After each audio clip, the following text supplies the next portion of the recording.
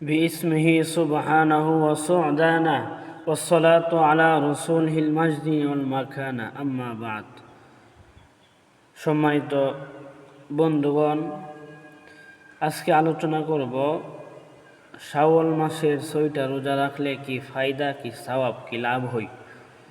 আমরা নিশ্চয় অবগত আছি, আমরা সমাজের মধ্যে একটা প্রচলন আছে সয়মের রোজা। মা বোনেরা কিন্তু বলে সয়মের রোজা, আর আমরা যারা আলেম ওলামাগণ আছি সবাই জানি শাওয়ালের 6টা রোজা। শাওয়াল মাসের 6টা রোজা রাখলে কি লাভ হয়, কি উপকার হয়, কি ফায়দা হয়, একটা হাদিস বললে আপনারা বুঝতে পারবেন। নবী করিম সাল্লাল্লাহু আলাইহি ওয়াসাল্লাম তিরমিজি শরীফের মধ্যে, নাসাই শরীফের মধ্যে, বিভিন্ন সিয়াসিত্তার কিতাবের মধ্যে একাধিক হাদিসটা আসছে।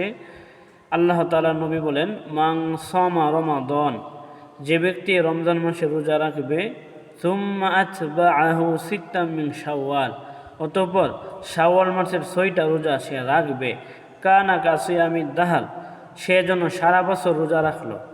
অর্থাৎ যে আল্লাহ তাআলার বান্দাবান্দি শাওয়াল মাসের 6টা রোজা রাখবে, তার আমল নামায় আল্লাহ তাআলা সারা বছর রোজা রাখার সওয়াব দিবেন। সুবহানাল্লাহ। এটা কিভাবে?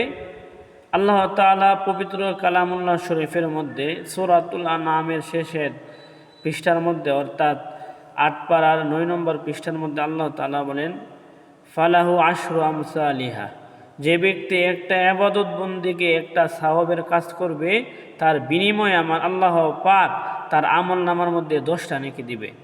তো রমজানের মধ্যে একটা রোজা রাখলে তার বদলতে আল্লাহ তাআলা 70টা রোজা রাখার সওয়াব দেয়। আর রমজান ব্যতীত আপনি একটা রোজা রাখবেন নফল সিয়াম, আল্লাহ তাআলা আপনার আমল নামায় সেই বিনিময়ে এরকমভাবে 10টা করে নেকি দিবে। তো আপনি যখন রমজান রোজা রাখছেন, অতঃপর শাওয়াল মাসে 6টা রোজা রাখছেন, সব মিলিয়ে আল্লাহ তাআলা আপনার আমল নামার মধ্যে এরকমভাবে সওয়াব দিবে। সুবহানাল্লাহ।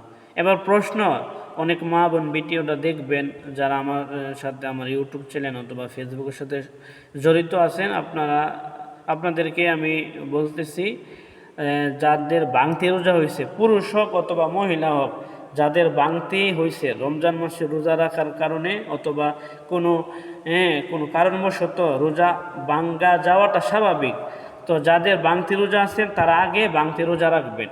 বাংতি রোজা রাখার পর তারপরে শাওয়াল মাসে 6টা রোজা রাখবেন। শাওয়াল মাসে 6টা রোজা রাখলে সওয়াব, না রাখলে গুনাহ নাই। কেউ এরকম ফতোয়া দিতে পারবে না যে শাওয়াল মাসের রোজা না রাখলে গুনাহ হবে। রাখলে সওয়াব, নফল ইবাদত বন্দেগী করলে সওয়াব, না করলে গুনাহ হয় না। সেজন্য কেউ ফতোয়া দিবেন না। তো শাওয়াল মাসে রোজা রাখার চেষ্টা করবেন। এই সম্পর্কে হাদিস আছে, এই সম্পর্কে হাদিসের মধ্যে অনেক ফাজাইল সওয়াব আছে। এ বিষয়ে একটা ঘটনা আছে, ঘটনা আমি বলবো না, ভিডিওটা লম্বা হয়ে যাবে। তো শাওয়াল মাসে রোজা রাখবেন। শাওয়াল মাসে রোজা রাখলে অনেক সওয়াব, অনেক লাভ, অনেক উপকার। তাছাড়া রমজান চলে গেছে, আমরা তো অবশ্যই অবগত আছি, রমজানটা চলে গেছে। রমজান মাস কত সুন্দর মাস ছিল, কত সুন্দরভাবে দিন যাইতো, ইবাদত বন্দেগীর মধ্যে মানুষ করতো। এখন কিন্তু নামাজ নাই, কালাম নাই, কোরআন তেলাওয়াত ঠিক মতো করতেছে না। যাই হোক, সম্মানিত দেশবাসী বন্ধুগণ, যে যেখান থেকে ভিডিওটা দেখছেন সবাইকে আন্তরিকভাবে ধন্যবাদ। সবাই আমার ভিডিওটা শেয়ার করে দিবেন।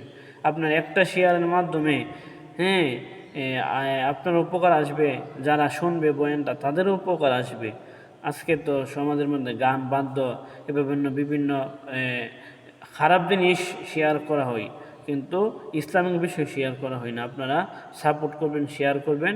সবাই ভালো থাকবেন, সুস্থ থাকবেন। আমি বিদায় নিলাম। আসসালামু আলাইকুম ওয়া রাহমাতুল্লাহি ওয়া বারাকাতুহু।